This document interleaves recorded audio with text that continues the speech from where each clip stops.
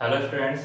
अपने बुक का chapter number second चल रहा था इनवर्स ट्रिग्नोमेट्रिक फंक्शन, और उसमें मैंने आप लोगों को इनवर्स ट्रिग्नोमेट्रिक फंक्शंस के डोमेन और रेंज के बारे में समझा दिया था। एक बार उसी को रिवाइज कर रहा हूँ। देखो, जो इनवर्स ट्रिग्नोमेट्रिक फंक्शन थे वो थे sine inverse x, cos inverse x, tan inverse x, cot inverse x, sec inverse x और कोसेक इनवर्स एक्स। ठीक है, इनका डोमेन डोमेन था साइन इनवर्स एक्स का डोमेन -1 to 1। क्यों? क्योंकि एक्स की वैल्यू -1 और 1 के बीच में रहेगी। कोस इनवर्स एक्स का जो डोमेन था वो भी क्या था, -1 to 1। टेन इनवर्स एक्स के लिए all real number, cot inverse x के लिए all real number, sec inverse x के लिए था रियल नंबर -1 to 1, और कोसेक इनवर्स एक्स के लिए भी real number minus open interval -1 to 1। ठीक है, उसके बाद में इनकी रेंज तुम लोगों को शायद समझ में आ गई होगी। साइन इनवर्स एक्स की जो रेंज थी वो थी -π/2 to π/2। ठीक है, कोस इनवर्स एक्स की 0 to π। टेन इनवर्स एक्स के लिए मैंने बताया था ओपन इंटरवल -π/2 to π/2। ठीक है, और कोट इनवर्स एक्स के लिए open interval 0 to π। Sec inverse x देखो, जैसे कोस इनवर्स एक्स की 0 to π होती है तो सेक इनवर्स एक्स भी 0 to π, लेकिन इसमें से एक एंगल है π/2, उसको हटाना पड़ेगा। क्यों? क्योंकि सेक इनवर्स π/2, ठीक है, तुम लोग जानते हो कि सेक π/2 और सेक π/2 क्या होता है, नॉट डिफाइंडेबल होता है, इसलिए सेक इनवर्स π/2 की कोई वैल्यू अपने को नहीं मिल सकती, इसलिए इसमें से इसको माइनस कर दिया। और ऐसे ही कोसेक इनवर्स एक्स में -π/2 to π/2, लेकिन इसमें से भी माइनस करना पड़ेगा 0 रेडियन को। क्यों? वही कोसेक थीटा, कोसेक 0 की वैल्यू नॉट डिफाइंडेबल। ये सब मैंने आप लोगों को समझा दिया था। ठीक है, ये जो रेंज होती है उसको ध्यान रखना, इसको बोलते हैं प्रिंसिपल रेंज। क्या बोलते हैं इसको? Principal range. ठीक है, अब देखो समझो, एक बात मैंने बताई थी, जो डेफिनेशन थी वो था कि if sine theta equal to x. ठीक है, sine theta equal to x, तुम जानते हो साइन और जो थीटा होता है वो क्या होता है, एक एंगल होता है। जैसे साइन π/3, साइन π/2, साइन पाई 2π3π। ठीक है, और उसकी जो वैल्यू आती है वो क्या आएगी, एक एक्स आएगा। ठीक है, तो क्या होगा, अगर sine theta equal to x हो तो sine inverse x equal to theta होता है। अगर sine theta equal to x हो तो sine inverse x equal to क्या होता है, थीटा होता है। ठीक है, जहां पे तुम लोग जानते हो कि एक्स की जो वैल्यू होगी वो -1 से 1 के बीच में होगी। क्यों? क्योंकि जो साइन इनवर्स एक्स है, एक्स का मतलब डोमेन। ठीक है, तो जो डोमेन की वैल्यू आएंगी वो -1 से 1 के बीच में आएंगी। तो साइन इनवर्स कोई भी वैल्यू पूछ सकता है, sine inverse -1, sign inverse -1/2, sine inverse 0। ठीक है, लेकिन ऐसा कभी नहीं होगा कि साइन इनवर्स 2। कोई भी तुम्हारे से पूछ ले कि साइन इनवर्स 2 की वैल्यू बताओ, तो तुम लोग क्या बताओगे कि साइन इनवर्स 2 की कोई वैल्यू अपन नहीं निकाल सकते। क्यों?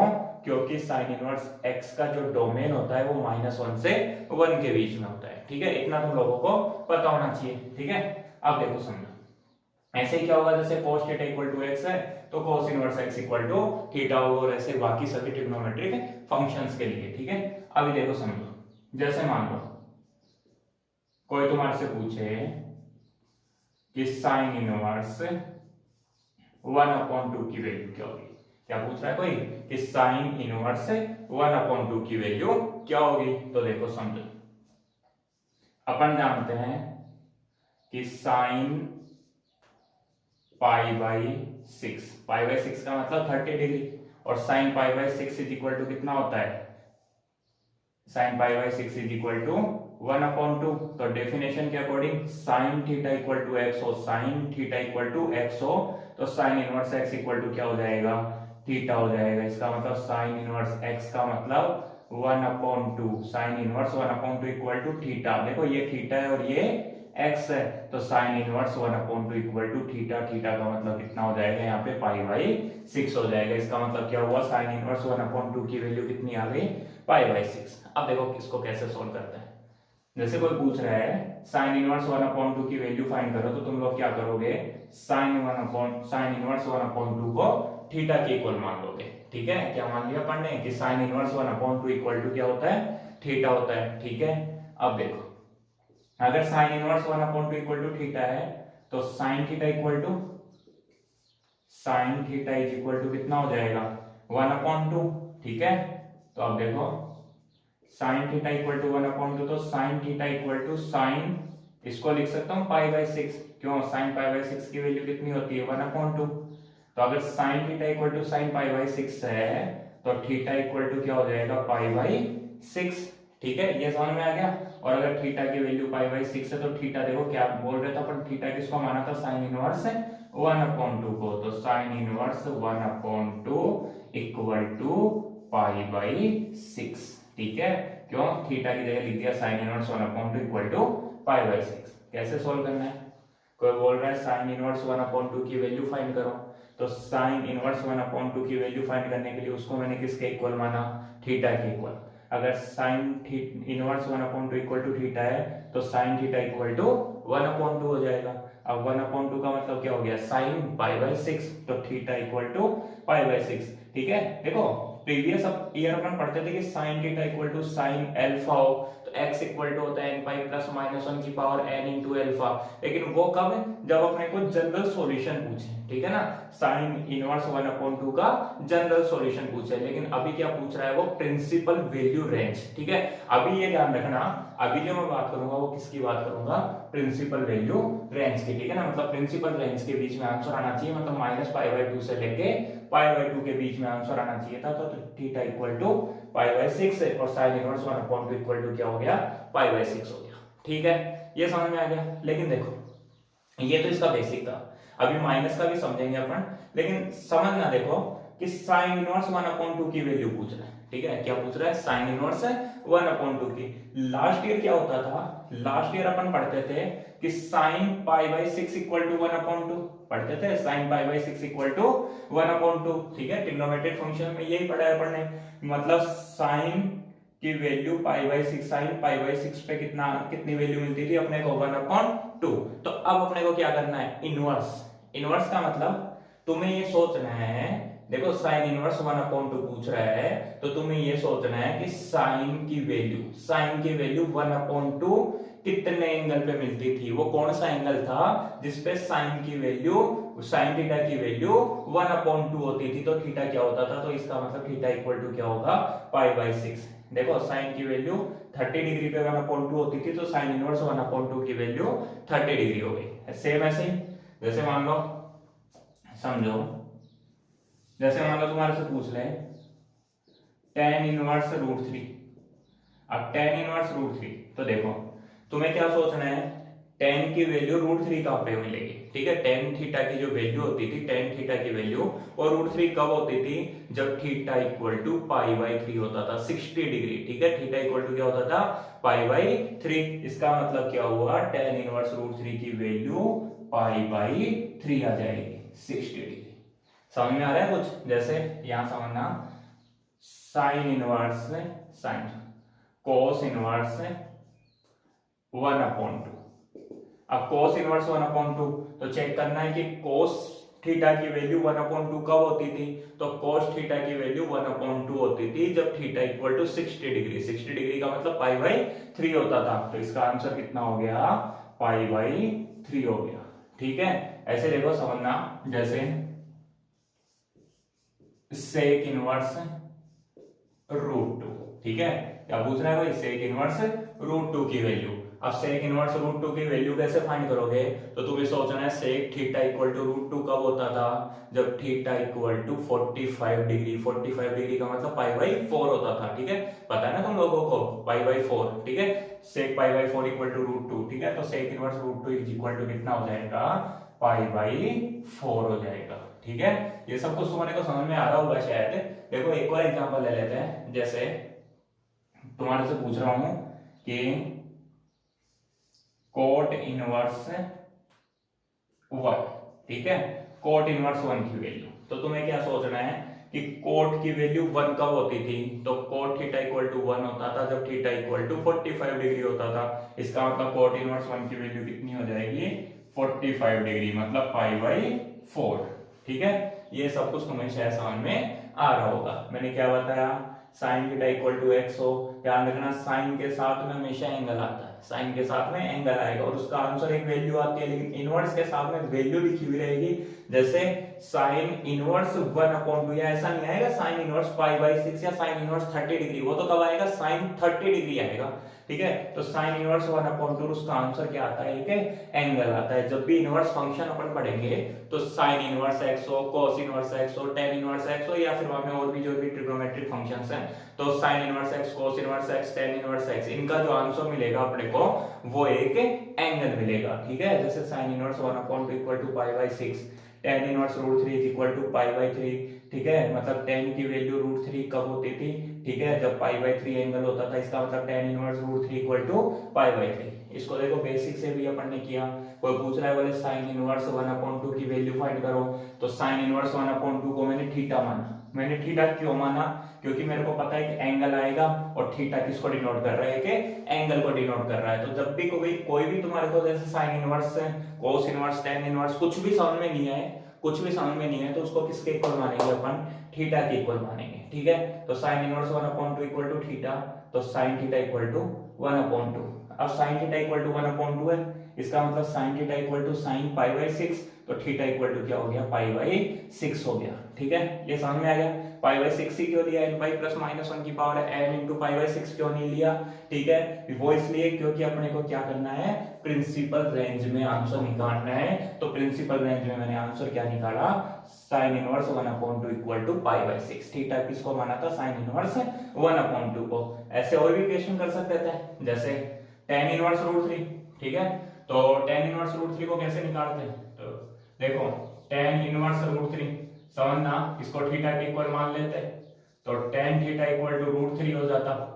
तो tan थीटा इक्वल टू √3, तो tan √3 कितने डिग्री पे, 60 का मतलब पाई बाई 3, तो theta equal to pi by 3 हो जाता। थीटा का मतलब ही क्या है, tan इनवर्स √3, तो tan इनवर्स √3 की वैल्यू पाई बाई 3 आ जाती। तो यहाँ पे भी देखो tan inverse √3 is equal to pi by 3। अपने को क्या सोचना है, अपने को केवल इतना सा सोचना है कि tan थीटा की वैल्यू √3 कब होती थी, जब theta equal to pi by 3, और जो थीटा होता है वही उसका आंसर होता है। जैसे साइन इनवर्स 1/2, ठीक है, ये पूछ रहा है, तो तुम लोगों को क्या सोचना है कि साइन की वैल्यू 1/2 कब मिलेगी, ठीक है।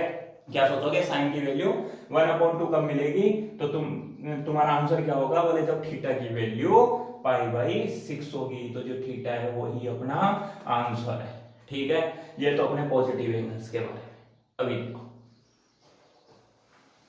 अब अपन बात कर रहे हैं अगर यहां पे वैल्यू कैसी हो, नेगेटिव हो।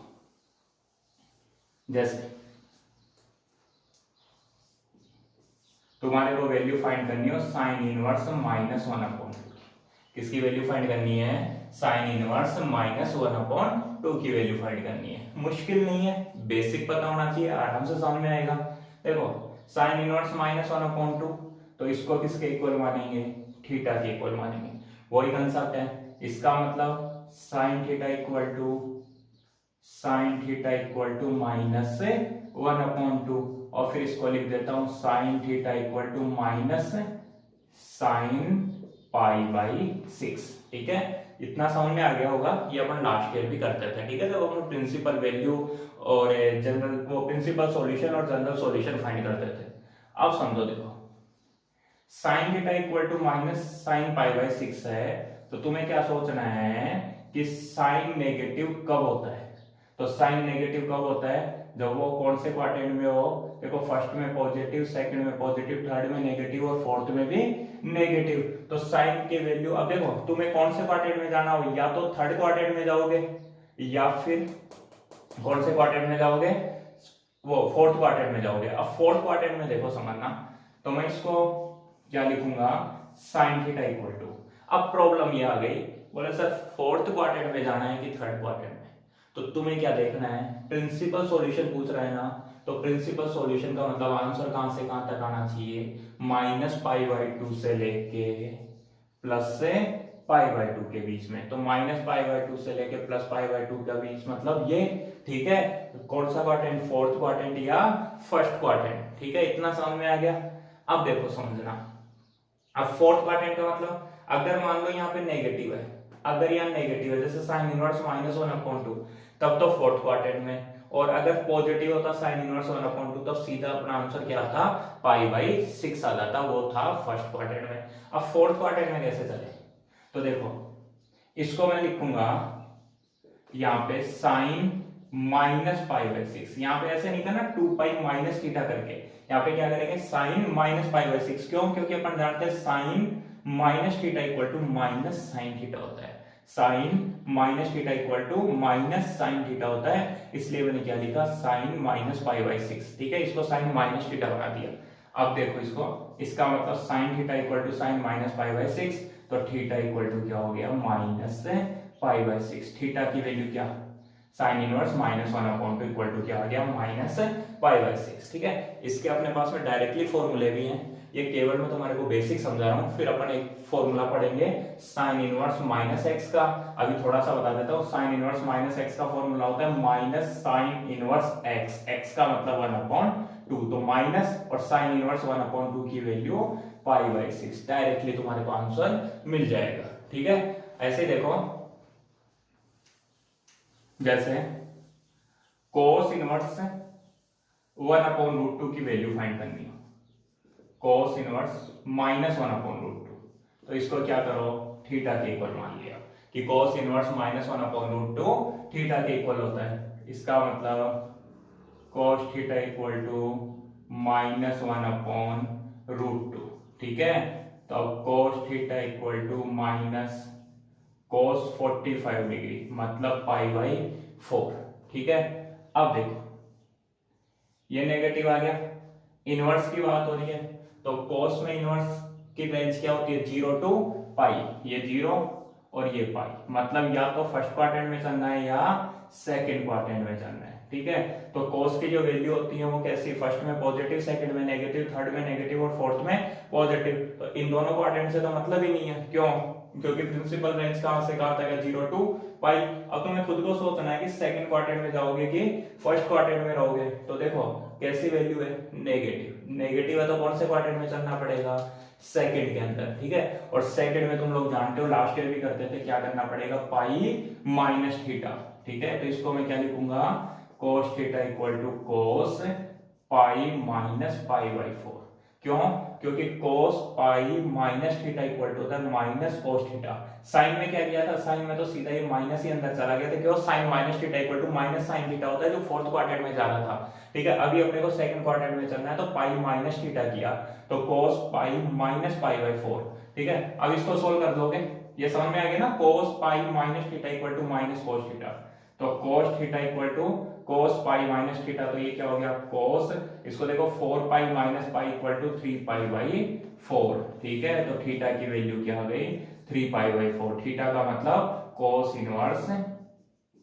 -1/2 इक्वल टू 3π/4 आ गया, ठीक है।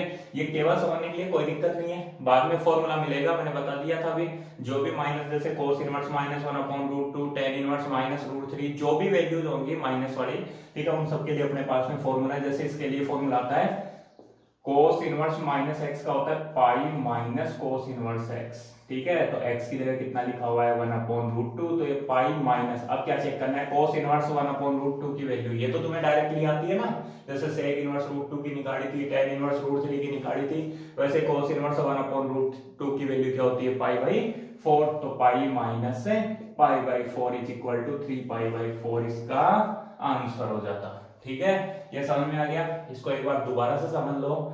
देखो ध्यान क्या रखना है, जैसे ये इसमें अगर साइन इनवर्स x और x पॉजिटिव होगा तो फर्स्ट क्वाड्रेंट, ठीक है, पॉजिटिव होगा तो फर्स्ट क्वाड्रेंट और नेगेटिव होगा तो फोर्थ क्वाड्रेंट, क्यों, क्योंकि -π/2 से लेके +π/2, ये 0 to π, तो ये क्या होगा या तो फर्स्ट क्वाड्रेंट या सेकंड क्वाड्रेंट, ठीक है। Minus pi by two to pi by two, तुम खुद समझो, या तो फर्स्ट क्वाड्रेंट या फिर देखो फर्स्ट क्वाड्रेंट तो सब में कंपलसरी है, कल ही बताया था मैंने, फर्स्ट क्वाड्रेंट तो कंपलसरी है। अब क्या होगा, या तो थर्ड आएगा या तो सेकंड क्वाड्रेंट आएगा या फोर्थ क्वाड्रेंट आएगा। तो माइनस पाई बाई टू से लेके पाई बाई टू, देखो माइनस पाई बाई टू यहाँ होता है, पाई बाई टू यहाँ होता है, तो कौन सा क्वाड्रेंट लेंगे यहाँ पे, ये fourth quadrant, fourth. 0 to pi second quadrant, 0 to pi second quadrant, ठीक है। और minus pi by two to pi by two, minus pi by two to pi by two, मतलब फोर्थ क्वाड्रेंट। फोर्थ क्वाड्रेंट के लिए क्या होगा, ये अंदर चला जाएगा मतलब माइनस, ठीक है। और सेकंड क्वाड्रेंट के लिए पाई माइनस थीटा करना है, जैसे -1/√2 cos पाई बाई 4, तो cos pi minus pi by 4, ठीक है। सेकंड क्वाड्रेंट में जाने के लिए पाई माइनस पाई बाई 4, तो इस तरीके से, ठीक है। फिर भी कोई दिक्कत नहीं है, फॉर्मूला है, उनसे क्वेश्चन सॉल्व हो जाएंगे, लेकिन बेसिक अपने को पता होना चाहिए, ठीक है। आगे स्टूडेंट्स अब एक क्वेश्चन कर लेते हैं। राजस्थान बोर्ड 2019 में क्वेश्चन आया था, find the value of sine tan inverse 1 plus cos inverse 1/√2। तो देखो समझना इसको, साइन, अब तुम्हें पता है tan इनवर्स 1 की वैल्यू होती है पाई बाई 4। पाई बाई 4 क्यों, क्योंकि तुम्हें क्या सोचना है कि यार tan थीटा इक्वल टू 1 कब होता था, जब theta equal to pi by 4 हो। ये बोल रहा हूँ, tan थीटा इक्वल टू 1 कब होता था, जब theta equal to pi by 4 हो। और वो जो थीटा होता है वो इसका आंसर होगा, तो tan inverse 1 equal to pi by 4। और सेम ऐसे ही cos इनवर्स 1/√2, मतलब cos की वैल्यू 1/√2 वो भी कब होती थी, जब theta equal to pi by 4 हो। तो sine pi by 4 plus pi by 4 equal to pi by 2, और साइन पाई बाई 2 की वैल्यू कितनी हो गई, 1, ठीक है। तो ये क्वेश्चन था अपने राजस्थान बोर्ड 2019 में।